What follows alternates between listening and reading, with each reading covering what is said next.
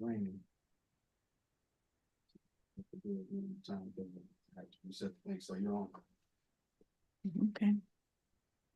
Are we on my platform as well? It's loaded up live on YouTube right now. Okay. If you can just do the count. Okay. Good evening, everyone. Hey, so happy to be here with you today. Thank you for tuning in. We're hoping that you will share this very important message, this very important conversation. We have two special ladies here with us on today, and then we have one guest. I think Savita might still be here, maybe, maybe not. But she was having a great conversation with one of our special guests, Senator Kristen McDonald Rivet. And it's so good to be able to have a person who's in office and also running for another position who you can have a heart-to-heart conversation with. Yeah. So today I have Senator Kristen online with us, and I also have attorney Latoya Willis. And these two ladies, for me, with all the things that I do in community, I wanted to get to know them just a little bit more personally. Outside of commercials, outside of the quick handshake, I wanted to make sure that we knew who these women were. So that could help to inform your decision as you go vote on November 5th, which is just 1 week away. Oh my God, 7 days, 7 days, and we will be voting, making a huge decision for our lives, for our families, for our country, for our community. So, Senator Kristen, we had a few technical difficulties. She's been here patiently waiting with us for quite some time, and so happy that she just held on. So we're going to have a quick conversation with her, just so that you can learn a little bit more about Senator Kristen McDonald Rivet. Senator Kristen, can you hear us? I can. Oh, it's great my goodness. So good to hear your voice after all we just went through. Right? Yeah. So honestly, I've seen you out in community. I've seen you at a lot of different events. And for me, as a mom, as a person who has lived in the city of Flint all of my life and have done the work that I've done, and I know I can speak also for my friend Latoya here, we just want to know, can you share a little bit about who you are? Tell us the why. Yeah. Why have you served in a position that you served in, and why are you taking it to another level? Thank you for that question. So I'm a first-term state senator. I am actually pretty new to a partisan elected role, but have spent my entire life in this realm of public policy, mostly working on behalf of kids. I'm the mom of 6 kids, which is what Savita and I were chatting about as we were trying to get our phones to work. Yeah. 4 girls, 2 boys, and I began my career working for Head Start, and really felt like, I was raised, my dad was a construction worker, and he raised me to work really, really hard. But what my mom always said from the time I was little was that you are, given a gift. Everybody is given a gift. My mom would talk about it from a religious sense. God gives everyone something unique, and it's our responsibility to use that to make the world a better place. And, there are all kinds of ways. You can do that as an artist. You can do that as an entrepreneur. And for me, that space was really in the role of big public systems. So work started in Head Start. A lot of people know that program, but what a lot of people don't know is that 50% of your board minimally has to be made up of Head Start parents. So when you start thinking about policy and programs and all of those things, which I know you know very well, Doctor, your perspective changes quite a bit when you are doing it alongside, on my board, there were women, moms, who were actively raising a toddler and living at the federal poverty level. And that just really, for me, my entire career has been, how do we help switch the trajectory of kids, make sure that every kid has this pathway to greatness, but also how do we do it alongside people in community in a way that makes sense? So I was a chief of staff at the State Department of Education. I was a senior policy advisor for Governor Granholm, worked at a children's foundation in Detroit, run some nonprofits, but essentially my work has always been around families, economic stability, and the well-being of kids. My job title changes, but my work never does. And when Dan Kildee decided that he was going to step away from Congress, and come back a little closer to community. You know, for me, I think there is a lot of things that we really need. Frankly, we need Congress to do better. Affordability of childcare, better funding in support of our schools. We need to make prescription drugs more affordable, lower the cost of housing, more high wage jobs in our communities, all of these things that are so dependent on the federal government. And I just really, you know, the mom in me got frustrated with all of the desire. You know, we have a lot of people, I think, right now are serving in Congress that would rather go viral on social media than get something for people. Oh, I just thought, you know, look, if I can raise 6 kids, I can take on Congress in a way that is practical, very well known for being the person who kind of rolls up my sleeves and gets things done. I was the author of the Working Families Tax Credit, which is the largest tax cut for people making less than $60,000 in Michigan's history, $500 million. You know, common sense stuff is what I've done in the state Senate. Free breakfast for lunch and kids in our schools. I mean, get more common sense than let's just feed some hungry kids. yeah, that is so good. I love how you said your job title changes, but the work doesn't. And to me, that's so down to earth. It's Yeah. like people are dealing with poverty. People are trying to figure out how to make ends meet, how to feed their kids, how to pay their electricity that's 4 months behind. So when you say these types of things, I can only imagine that I've heard people say, I didn't know you were into politics. Well, I always thought that politics is supposed to be about the people. I mean, Yes. that's just my thought. So when you say these things to me, it sounds like you're in tune with the people and the needs of the people. Can you share a little bit more about how you utilize your platform, being a mom, being an advocate for the people to truly make a difference? You know, I think the most important thing, and this is going to sound so obvious, but you know, when you are a representative of the people, the first thing that you got to do is show up in community. You got to be in the churches, and you got to be in the community. You got to march when people want to march, and you got to, you know, I in my state Senate seat. So my state Senate seat is Bay, Midland, Saginaw, which is the northern part about the congressional district, and you know, I think it's important to sit on front porches. And I've worked really close to this organization up here in Saginaw called Parents of Murdered Children. Now, first of all, we should not have need of that organization. But we do, and they march. And I have worked alongside them, and sometimes it is just about a phone call while somebody cries, right? But it's also about going to Washington and advocating to make real change that really impacts. I mean, we've got weapons of war on our streets, right? That is a problem. And we can't just during campaigns call that a problem and then not do anything about it while we're serving. So I focus primarily on economic issues, you know, prescription drugs, housing, affordability of childcare. Right now in Michigan as a whole, we've lost 40% of our childcare capacity in the last 10 years. And right now, on the average wait for infant care is 2.5 years. 2.5 years. So Washington sends money to Michigan to help people who need to pay for childcare, and it's too affordable. It's too expensive. Sorry, we got to make it more affordable. Childcare subsidies. You can go down and you can apply at DHHS for them. Here's the trouble. We have 300,000 kids in Michigan that qualify for these subsidies, and less than 30,000 are actually receiving them because the process is so hard. I mean, I'm sure you both know this. The applications, it's retroactive. You have to, wait six weeks. When I ran a nonprofit that ran childcare, I had to employ 3 full-time staff people just to process this paperwork. Those things around housing dollars, money, dollars that are coming from the federal government and are meant to land at the community level don't get here because there's so many strings attached to them, and we make the process so hard for families. They just give up.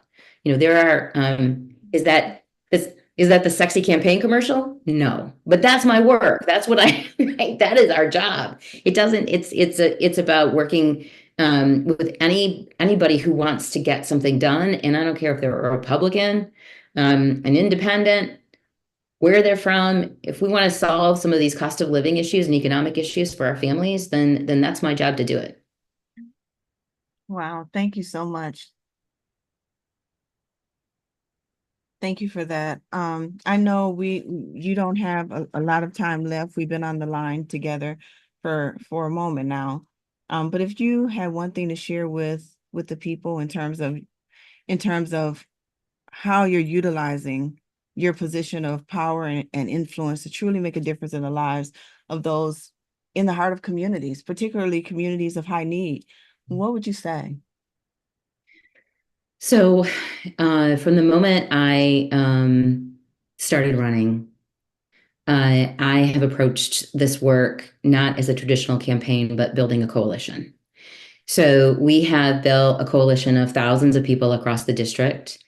When the last time I checked, which is yesterday, we have knocked on 160,000 doors. We will get to 200,000 doors by election day.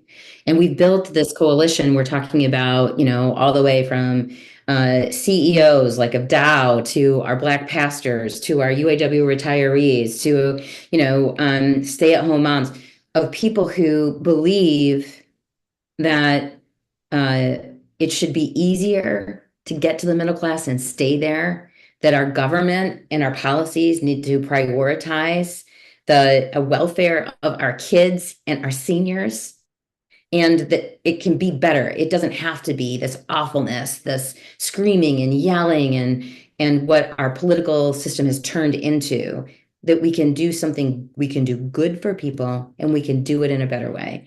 So when you ask me that question of how to use this, I don't really see this as me being in a position of power, although it is, it's undeniable, right? Being a member of Congress is a big deal. But our work is on behalf of that coalition. So we say over and over again on my team that this is we, not me. It is we, not me. And that is how we go about the work. And it's, it's why even, congressional campaigns are expensive. Thousands of people have contributed $1, $5, $10, make a huge difference. Now we've got, and I'm not going to get into, the nitty gritty of this campaign, but my opponent is from California and has spent over $6.5 million of his own running for Congress. That's not, we have to, if we're going to have a political system, a governmental system that works for people in our community, we have to have them by our side. We have to know them when we're making those policy decisions. And at the end of the day, if we want change, we have to change the way we do things. And that's what we're trying to do in this campaign. And that's how I will represent this coalition in these communities in Washington.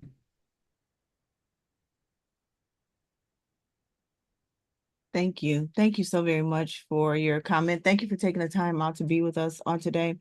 You're absolutely right. We need representatives who we elect and put into office to hear us, to see us, to walk alongside us, and to carry our voice forward. And we thank you. We just wanted the viewers, the people who tune in, to be more informed as they prepare to go to the polls on November 5th. We wanted them to know who you are as a person, as a mom, and as a person who's in position to make a difference. And I think you've done that very well today. So thank you again for your time. We truly do appreciate you. Can I just say a couple of quick things on my way out?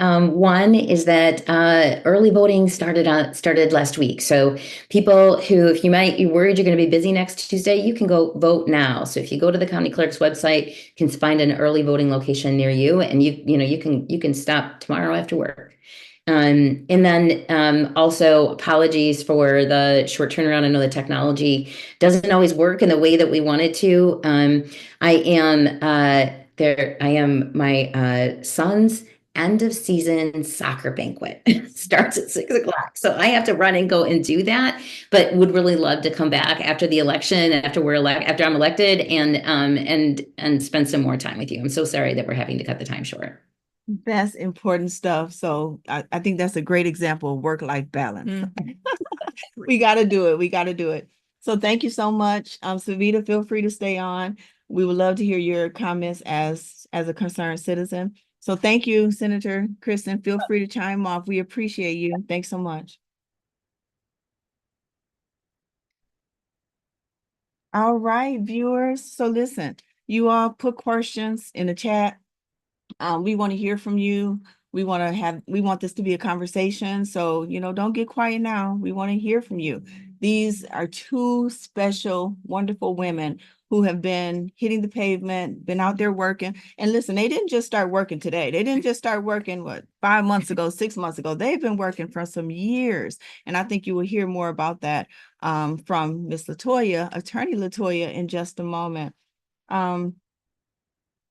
Listen, thank you all for chiming in. Thank you, thank you, thank you. I cannot appreciate you enough. Cannot appreciate George enough for the space that he provides here. Out of the Mud Inc.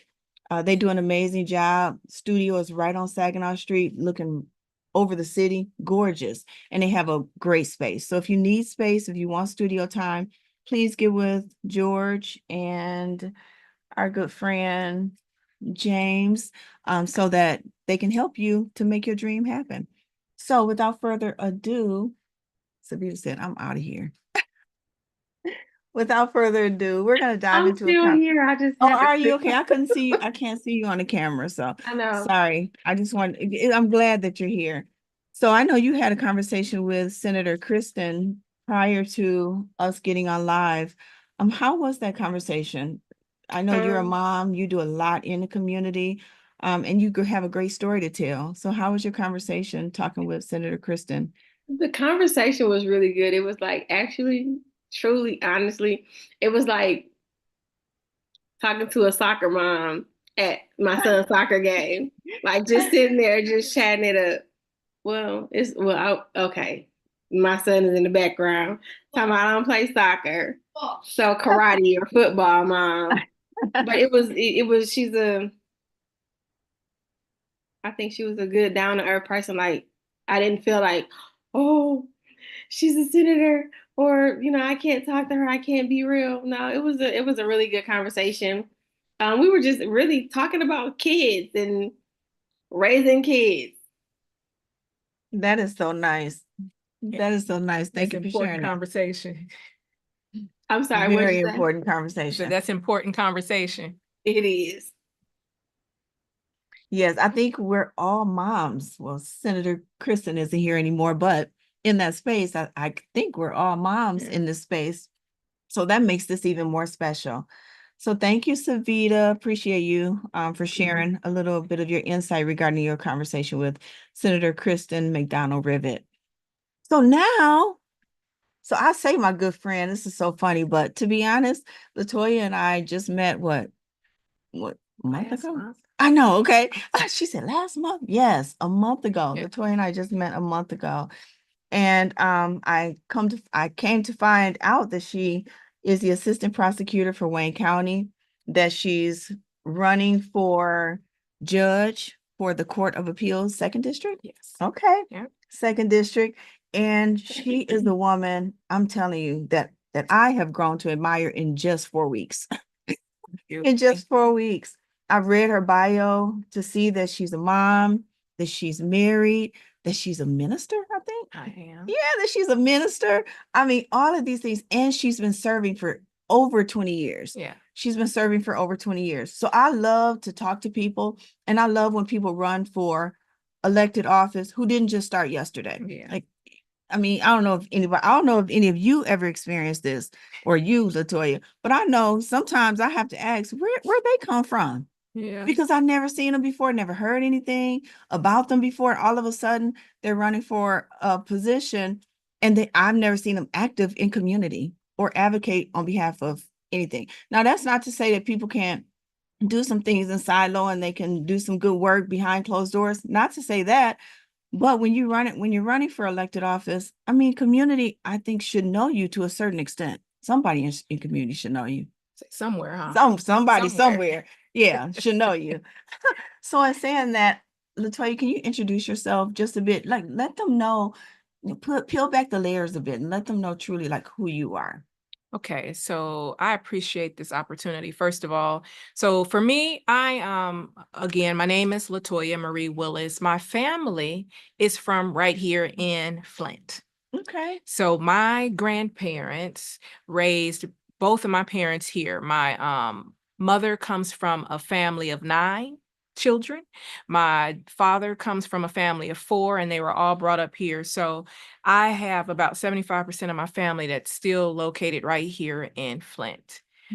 This was the place I spent all my Thanksgivings and Christmases and, couldn't wait to, make the summer vacation trips. I consider it my second home. And I grew up, though, in Detroit, Michigan. My family, my parents relocated us to Detroit and grew up there, attended school there, graduated from Renaissance High School, and lived there until about 2010, when my husband and I decided to move out to Farmington Hills, Michigan.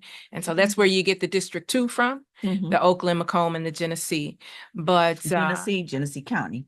Genesee County. Genesee County. Okay, The I just want to entire clarify that Genesee. so that people are listening like, oh, that doesn't apply to No. me. She's talking about Detroit. She's talking about Wayne.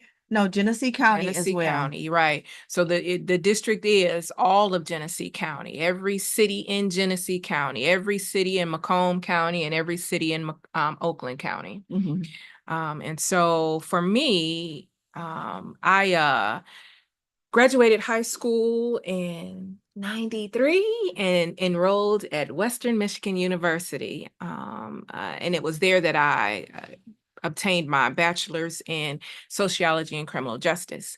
And after graduating from Western, I actually did not go directly into law school. I was in need of a break from academics, and I needed to start paying back some student loans. Anybody who has student loans probably understands that feeling.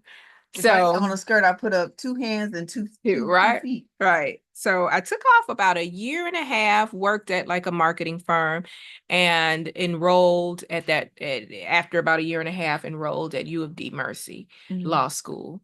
And I was the first in my family and my household to go to law school. And I can remember sitting in those law school classes, and there would be students around me who came from families where their moms, their dads, their grandmoms, their granddads were lawyers and judges. And I'm sitting in this class, and my base of knowledge about the law is TV shows, Oh, yeah. What TV shows were out during that time? I don't even remember. Was Law and Order out then?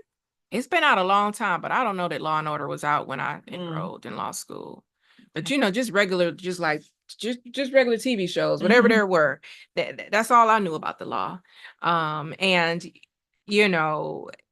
there's a certain kind of feeling of being a little intimidated when you know that you have classmates that are going home and discussing legal issues with family members, and you are not. And I don't even remember. I think this was even before Google had hit real good. So you couldn't really ask Google. Right. Ask Google, so but I where am I? I ended up doing an internship the summer of my first year at the Wayne County Prosecutor's Office, and fell in love. Oh, nice. Senator Rivet was talking about how her mom would always say, find your gift. I'm a firm believer in that. Find your gift, because we're each made for something special. No two of us are alike. Right. We're so unique, and we each have something that we're supposed to be contributing to this world. And so when I walked into the prosecutor's office for my internship, I had no plans whatsoever on staying there. But I found what I was made for. I was just drawn to the service there.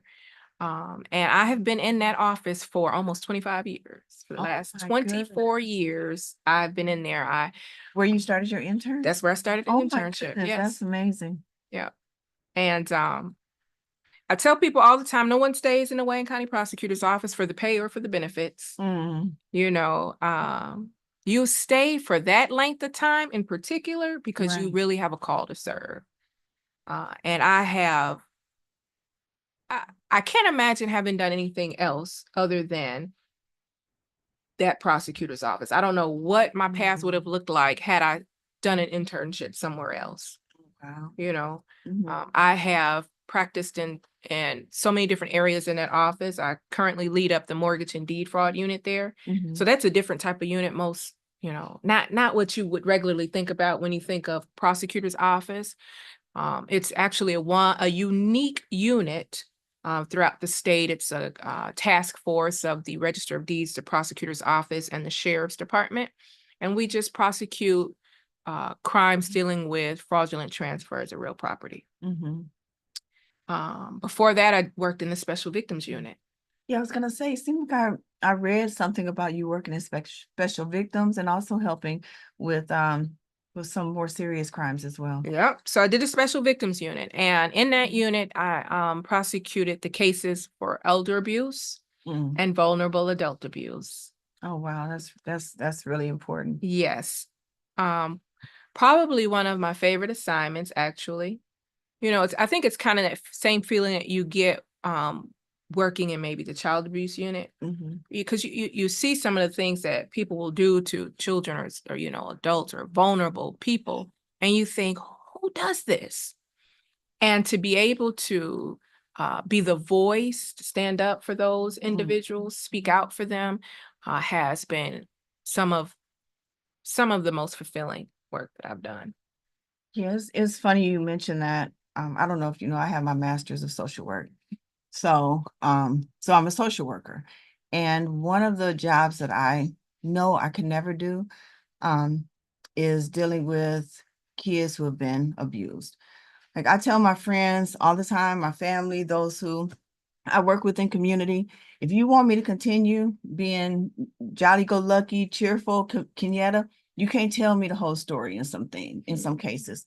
Only if I ask. If I ask, then okay, tell me, because I need to know, I need to be informed in order to do something, then share those things. But I can't hear stories about kids who have been abused, who have been hurt, who have been even killed. That's why I think I work so hard in community for those families impacted by violence, those who have been killed or a survivor of gun violence, because again, those are vulnerable individuals who need, you know, a hand up. They Yeah. need help from the victim and the perpetrator, you know, in many cases. But I have a hard time understanding how a person hurts a child, how Yeah. a person hurts a senior, you know, an elder in community. I have a really difficult time with that.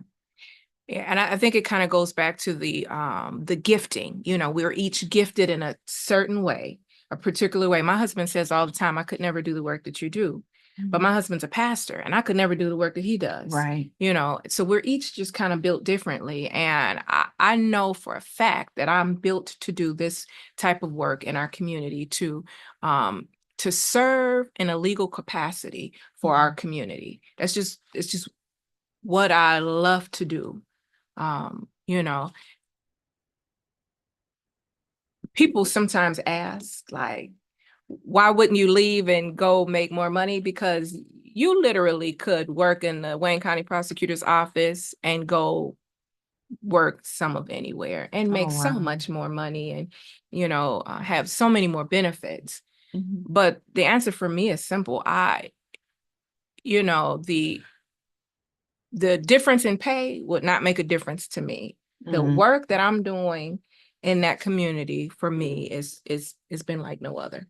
So it goes back to the statement that Senator Kristen made, that the title changes, but the But work remains the same. I absolutely. love that. The title changes, but the work remains the same. And I Absolutely. think it's a lot of people out there that's listening and watching right now, and you're saying the same thing because you have a heart for the people. You see what your kids go through, and you want to make sure that you can help not only your kids but also kids outside of your own family system.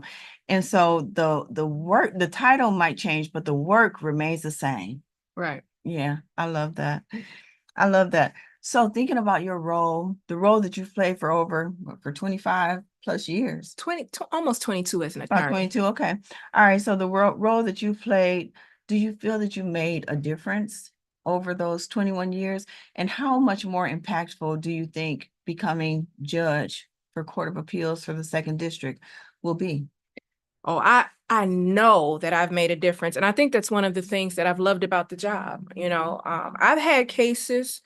I had a case where one of the elder abuse cases where a woman, a minister in the community, she would take in young adults who did not have homes, and she would house them in her like duplex. Mhm.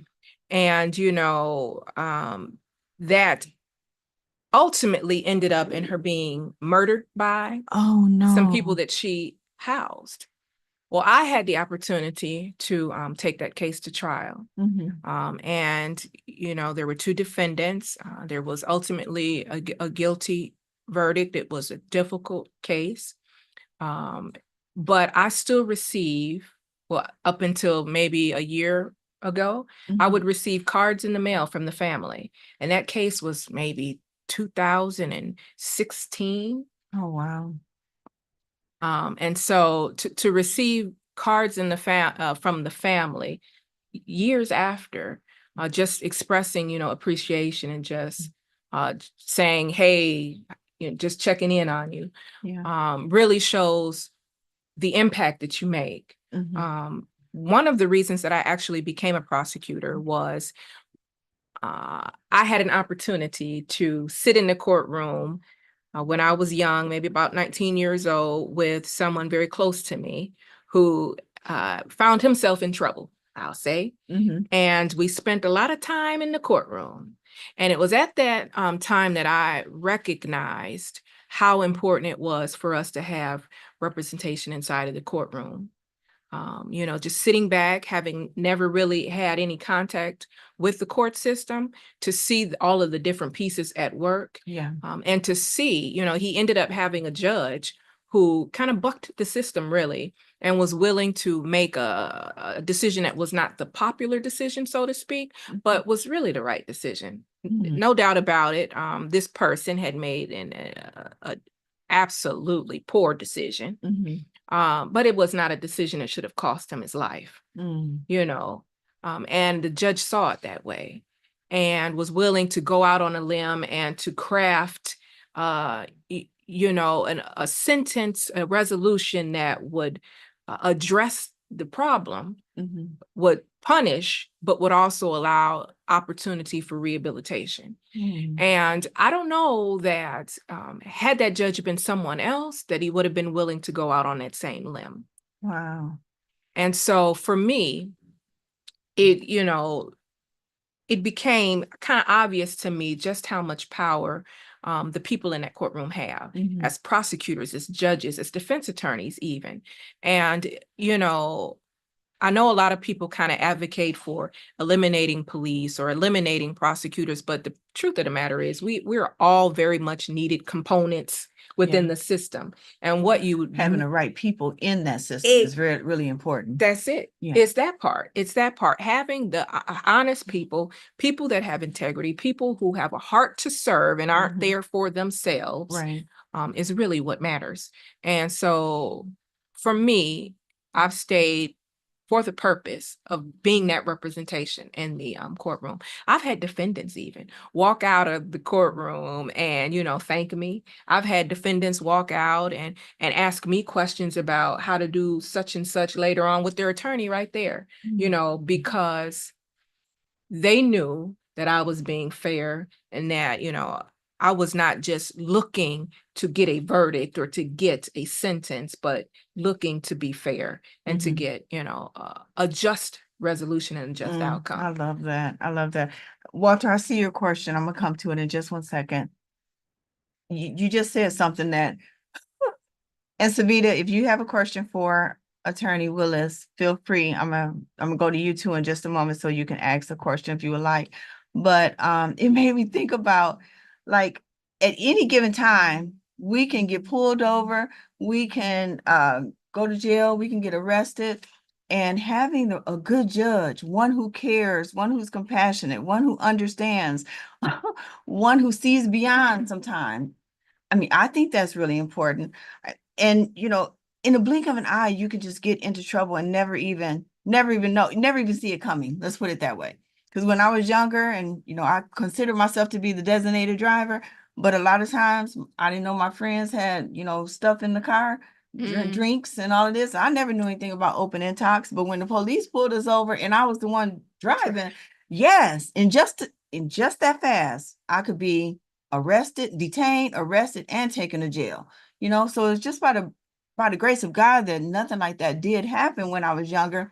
But having people lose their life that I love deeply, sitting in the courtroom and knowing that my person is not here any longer, but seeing the assailant who took the life of that person, I couldn't help but think, what could we as community have done differently in order to help that person?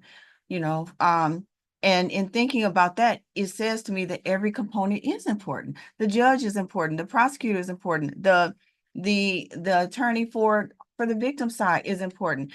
It's all important, because I've seen judges and I've seen attorneys who I question, why do you even have the job?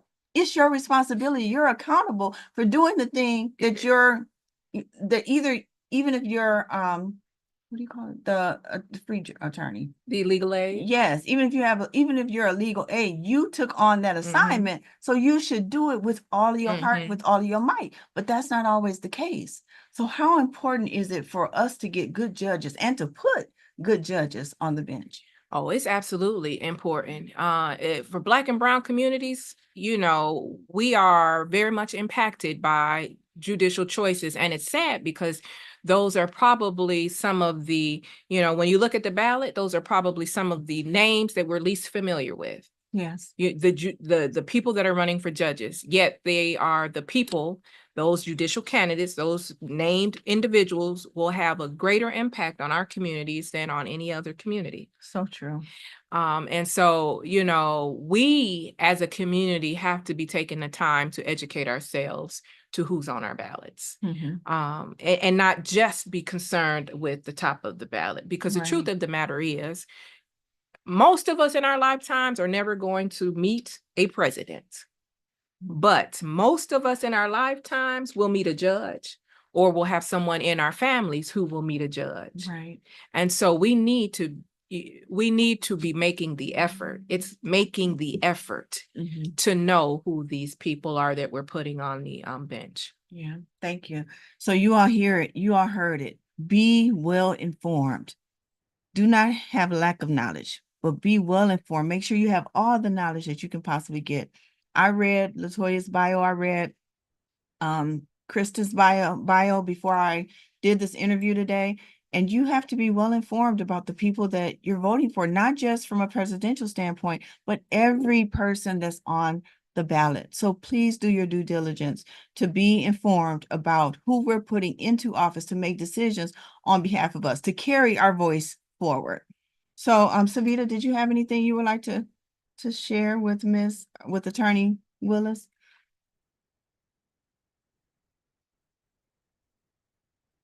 Is Savita there? I'm here. I was getting back to my screen. Okay. I will say, I love the fact that you are a brown woman that is running for judge. I wish my daughter was awake so that she could actually see you. Just to, you're an encouragement for our young people to see, like, there is something else I can do. So I love that. I kind of was in and out, but we can hear you. We can hear you just fine.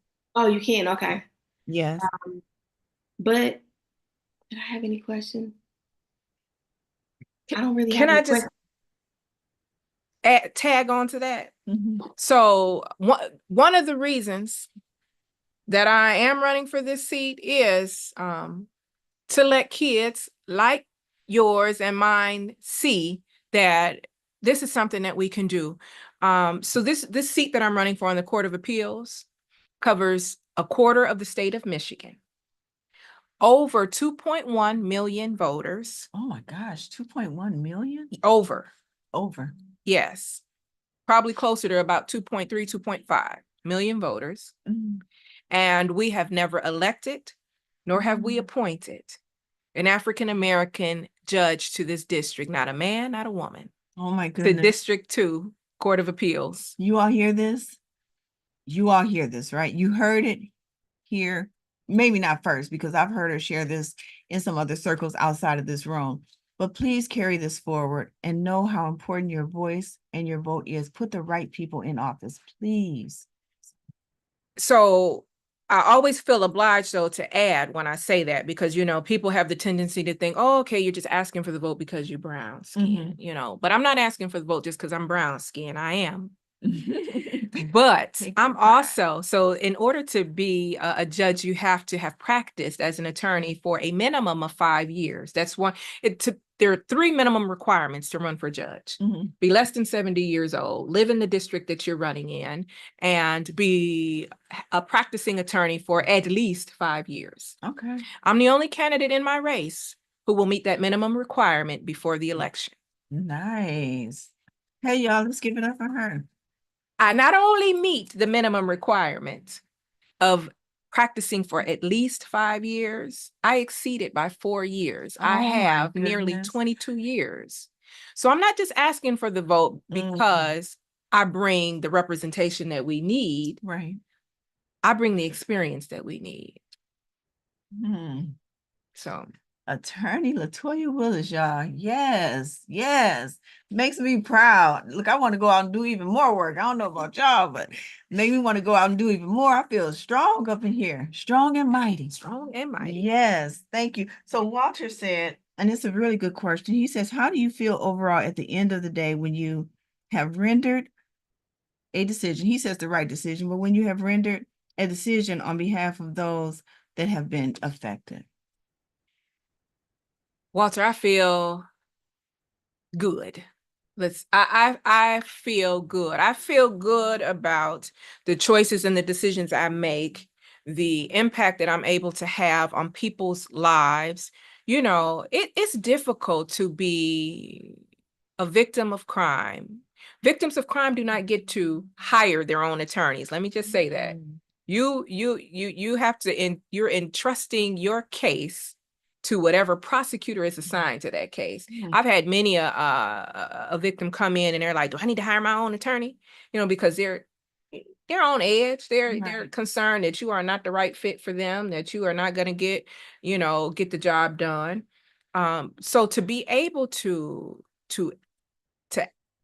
properly handle a case for those individuals, and at the same time, as prosecutors, we're not just looking for the win. We're not supposed to just be looking for the win. We're actually supposed to ensure that the defendant's rights are also being upheld. So we have a double job to do. And so to be able to advocate for those victims and at the same time ensure that I'm doing the right thing on behalf of the defendant, I'm not violating their rights, makes me feel good at the end of the day. I know that there are people who will cut corners, let's say, to get the win. I can say I've not done that. I need to know at the end of the day that whoever is being tried and charged of a case is the person that the evidence is showing is the correct individual. That's good. That's good. Thank you. Thank you for sharing that. I want to remind you all, November 5th is you might as well say less than 1 week away, because today is almost over. So less than 1 week away, November 5th, you have the opportunity, you have the privilege to go out and cast your vote. Let your vote be your voice. All right. We can't complain about things that's happening in society, within our home, the lack of resources, the need in certain communities, the help that individuals need who are in poverty, living in impoverished communities. We can't complain about those things if we don't utilize our vote. Our vote makes a difference. Listen, I ran for state representative a couple of years ago. It was one of the closest races during that time. And every person within my race, there were 3 people. We all were in the 30 percentile. I think I had 31%. The person who was in the middle, who had I think 100 votes more than I did. I think it was a little less than 100. Came in second place. She had 32 or 33%. And the person who ended up winning and being our next state representative for the 69th district had 38%. So it's a That's close close. race. I'm That's telling close. you. And I heard Dominic Clemens, our county clerk, speak about a couple of weeks ago, and he told stories of one vote made a difference. So listen, we really need you to go out and vote. And then we need you to talk to your family, talk to your friends. If you can help somebody get to the poll, help them get to the poll. If you can educate people on how important it is to vote in today's time, in the 21st century, we need you to do this. I know a lot of young people, they don't want to hear about what happened, 50 years ago and 70 years ago, but show them, help them to understand how voting makes a difference for them today and for their families tomorrow. So is there any final words you would like to say? Anything else you want to share? And I'll look and see if there's any other questions before we close out. But it seems like most people are just really happy that you took the time out to come today. I'm also thankful that Senator Kristen McDonald-Rivet came out. She's running for Congress. And my friend here, Attorney Latoya, she's running for judge for Court of Appeals, 2nd District, which includes Genesee County. Yes. I guess I would just close with, I hope that you will vote for me. And I want to just take a moment just to say, judicial candidates are a little different than your partisan candidates. We're not where you will find us in the nonpartisan section of the ballot. We're not, on the Democratic ticket or on the Republican ticket, which means that if you are inclined to vote a straight ticket, either straight Democrat or straight Republican, it won't touch or cover any of your judicial choices. You must look for the nonpartisan section, whether it's on the front of the ballot or on the back. You have to find that nonpartisan section and vote specifically for your judges. And so I'm asking you to fill out the whole ballot, complete the ballot. Start at the end. Why don't you just start at the end? Because you're not going to forget to vote for president. So if you just start at the end, you'll make your way to the front and you'll cover all the bases. Absolutely. And vote for me, Latoya Marie Willis, and please spread the word. I've been asking people, something that costs nothing, just post it, share it on your social media, because it's difficult on the down ballot ticket to get the word out there, to let people know who their judicial choices are, who these people are, other than to just have people looking at a name and trying to make a decision based on that name sound good. You want to know the person. So please share. They got the same first name as me, so I'm gonna vote for this person. This Latoya Marie Willis. Latoya Marie Willis. Latoya Marie Willis for the Michigan Court of Appeals. Or vote for the girl. Vote for the girl. I like that. I like that. Listen, before we close out, thank you all for watching. Typically we're here every 4th Thursday, but this was such an important conversation. I wanted to be here and I wanted to share this with you. So I accommodated the schedules of Senator Kristen McDonald-Rivet as well as Attorney Latoya Willis. I do want to say, are you going to disappear after the election? Absolutely not. Absolutely not. One of the things that the senator said, and I completely agree with, I've never been involved in politics. I think I indicated I am a minister. My husband's a pastor. So I've been deeply involved in community, within, the church and the area that I serve. I don't think you can serve communities that you don't know, that you don't connect with, that you spend no time with. Right. And so for me, for the last year in particular, since I started running, have made it a point to traverse each of these 3 counties to connect with as many communities within those counties as I could. And I would absolutely continue it. The work has to continue. It has to continue. Yes. Well, thank you. Thank you for that. I often say politics have to be about the people. Anytime you get into a place of politics and it turns turns out that it's about you, then you've lost it right then and there. Yeah. And we should recognize that if we put people into position and they're not doing what they're supposed to do for us, then we should make it a point to remove them from that seat or to not vote for them again. We can't keep putting people in position who is not working on behalf of the people. All right. I agree. So don't let me hear y'all use that excuse. Oh, y'all, you politicking, or it's about politics. Politics is supposed to be about the people. We have to change that narrative. We have to make it about the people. I agree. All right. So in saying that, seems like everybody is good online. Thank you all for being here with us today. Please continue to share. This was a great conversation. I want people to get to know these two ladies. So share this video, share this live so that we can continue to inform and share the word. All right. So we will see you all soon. We're going to continue that conversation. The man and the woman in the 21st century. I know y'all like that. So we're going to bring it back and we're going to have the men and the women together in one room to talk about some things. So be looking out on my Facebook page and I'll make sure to keep you updated. Hey, I'll see y'all at the polls next Tuesday, November 5th, starting at 8 a.m. Early voting. Early right? voting has started. Now I voted, what's today? Tuesday. I voted Sunday.